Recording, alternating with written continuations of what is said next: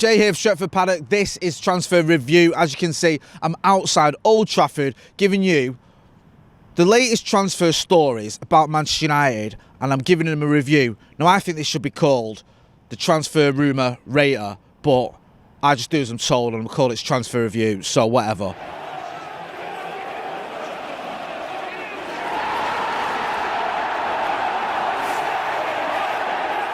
Let's get down to it. The first transfer rumour that I'm going to review is Declan Rice to Manchester United. Reports indicating that Declan Rice is a main target for Manchester United next summer because we're not interested in Ruben Neves anymore, even though I didn't even think we were in the first place, to be honest with you. I think that was more fan-led, fans looking at it and going, Ruben Neves is a good player, United could get him. Couple of papers maybe picking up on a few tweets or whatever. I don't know how concrete the interest was in Ruben Neves, but there seems to be some real interest in Declan Rice and Manchester United pursuing him next summer as our main target. The worst story is doing the rounds that the reason we didn't go for Niguez or Neves or Bissouma, all these players that a lot of fans would have been happy with, I think some of us would have been happy with anyone coming into that defensive midfield role, was because Declan Rice remains a long-term target for Manchester United. And that's the one that Ole Gunnar Solskjaer really wants to go for. So rather than bringing in someone short-term like Ruben Neves, he wants to go for Declan Rice. And that's a story that I think the Express have picked up on. So Declan Rice to Manchester United next summer. Could that happen? Is this likely? I think it actually could. Now, you might look at it and go, Declan Rice, the fees have been quoted at around 80, 90, 100 million even, which is ridiculous. But I'm not saying he will cost that. I think you can probably get him for a little bit less. Manchester United this summer have gone fairly big. Got Rafael Varane in, got Jadon Sancho in, got Tom Heaton, and got another player called Chris Summer. I can't remember his name. So we've done all right this summer, apart from defensive midfield. That's probably one area we need to strengthen next summer. So if we do put all our eggs in that basket, and that is almost all our budget goes on a defensive midfielder, we'll still be okay. Now, you could argue we need strengthening at right back, but I think Ethan Laird next season may be able to come in and alternate or offer Adam Wan-Bissaka a bit of cover. Or maybe even Kieran Trippier, I think his deal expires, might be available on a free. So the Declan Rice to United rumour, story, whatever you want to call it, I'm actually going to give that a higher rating than you may expect. I'm going to go with a 7 out of 10. So I think it could happen, that one. I'm not saying it's going to. You never know. And if West Ham start playing silly boys with their transfer fee and going, we want 100 million quid, I think United might go, we ain't giving you 100 million quid. And even though I hate the Glazers and I think the Parasites, I can understand why the club wouldn't pay 100 million pound for Declan Rice. But I think that if it's raw around the 70, 80 million pound mark, even though 80 million pounds is a lot of money for Declan Rice, I think it could be worth it. He is fairly young, and I think the club might go for it because they might go, actually, he's the sort of missing piece of the puzzle. We've got a good attack, we've got a good defence. We just need that holding midfielder, and Declan Rice is the man, so I'm going to give that one a 7 out of 10. Now, the next one that's up, Erling Haaland. Manchester United have been linked with Erling Haaland longer than I've been bald. We've been linked with him for years. Even when he was at Molde, and apparently we didn't get him because we got our wires crossed on Norwegian time and we didn't ring in time, so he went somewhere else. He'd already done a deal by the time we made the phone call. I don't know if that's true, but it's a nice story, and it sounds quite interesting. And to be honest with you, it sounds like the sort of thing that had happened at Manchester United, because in the past we have been a bit shambolic when it comes to our transfer dealings. Not all the time, but over the past sort of 7 or 8 years, there has been a few questionable actions, shall we say. Remember the imposters when we were trying to sign Ander Herrera? That was a particular low point, wasn't it? Anyway, we know that Erling Haaland has got a £68 million release clause that kicks in next summer. £68 million for Erling Haaland, absolute bargain. Why not? But the issue is you're dealing with Mino Raiola. Mino Raiola apparently was trying to get Chelsea to pay around 500 million for Erling Haaland. When you looked at all the add-ons, the agent fees, the wages, the signing on fee, everything, it was just astronomical. Now, I don't know if that's just paper talk, if that's really going to happen, if it really gets like that. But Manchester United can get him for an initial fee of 68 million. Obviously, his wages are going to be big time. I expect him to be, or to want, around 400 grand a week, if not a little bit more. He's probably going to be worth it if you're getting him for 68 million quid, because if you were to get him on he was on a long-term deal at Dortmund and you had to try and buy him, you're probably paying double that. So when you look at that, you think, okay, what you're saving on his fee, you can put that into his wages. It kind of makes sense, even though that money is really obscene. Can he come to Manchester United? Will he come to Manchester United? ESPN think he could do. And I don't see why not. Because look at other clubs and the deals they've done and the targets they've got. Now, a lot depends on Manchester City, whether they get Harry Kane in January or they go again for him next summer as their main target. They obviously didn't get him this summer. Pep obviously wants him and likes him. If they don't get Harry Kane, then they may put their attention towards Haaland, which means Manchester United are going to have to go toe-to-toe with Manchester City. And it depends whether Erling Haaland wants to come to a big club or whether he wants to go to City. If they do get Kane, I don't see them getting Kane and Haaland.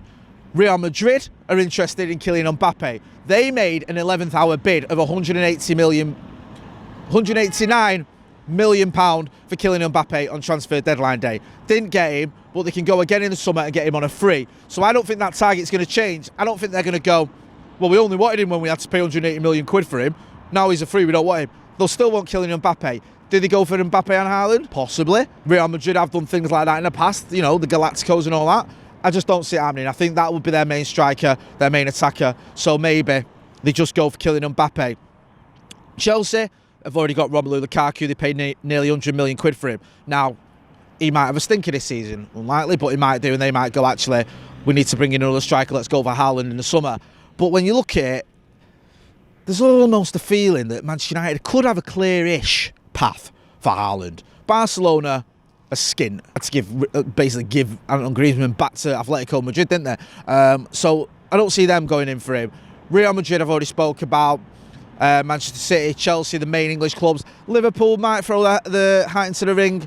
I don't even think they really want him, and I don't know if they are willing to sort of pay those wages as well that he would demand. So United, you'd fancy us for that one, I think. I'm feeling cautiously optimistic that Erling Haaland could come to Old Trafford. So because of the fact you've got the Mino Raiola factor in there as well, and he will be wanted by some clubs. There's no way that Erling Haaland isn't going to be coveted by at least 2 or 3 clubs.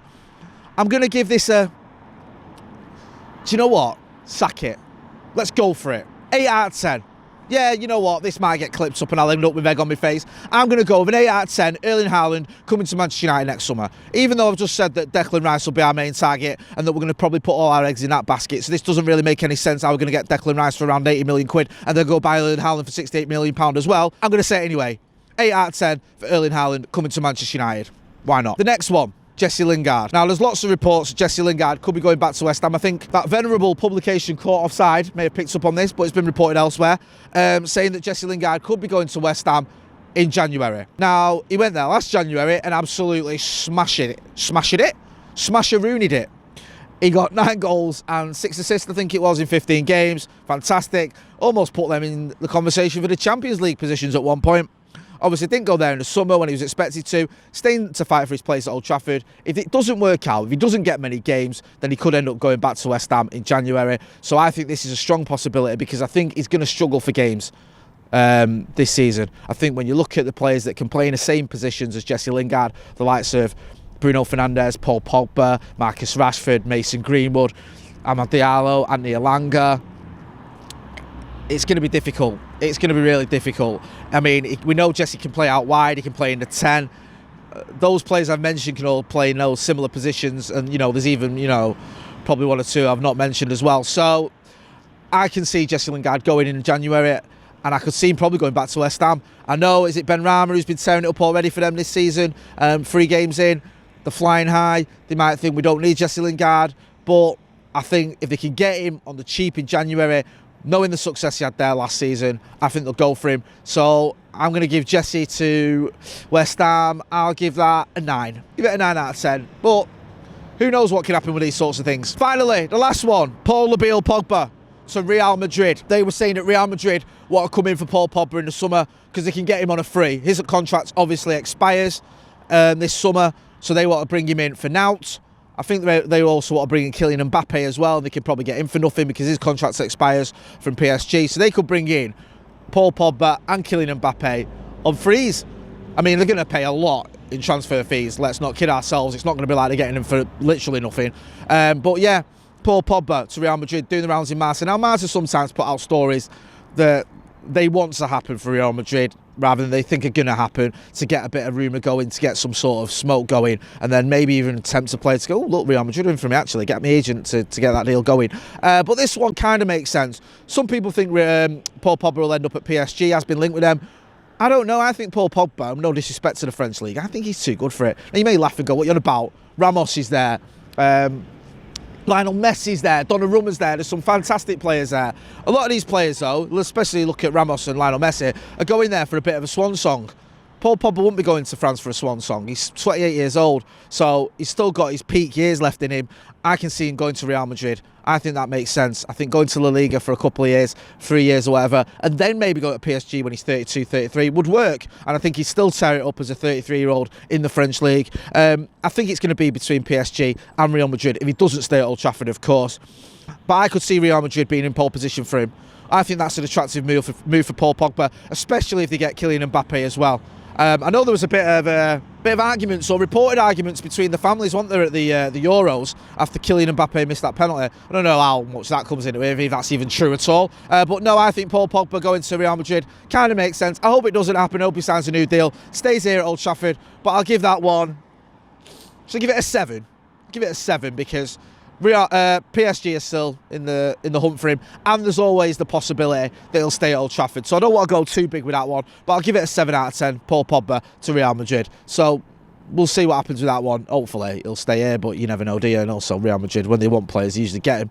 Anyway, that's been the transfer review. Been a quite high rankings today, haven't there? Lots of 7s, 8s and 9s and all. Sort of me. Don't worry, I'll be back with -1s and 0s next week. Last time I did that, I think I said that about Cristiano Ronaldo, and we signed him. That shows you what I know. Well, it might not be me next week. It might be someone else. It might be Stephen Howson. It might be Joe. Whoever's on. Don't forget to hit like, share, and subscribe because we'll be here as well. Make sure you're checking out all the other videos up on the channel, all the podcasts, all the updates, all that good stuff as well. I've been Motty for the transfer review. Thanks for watching.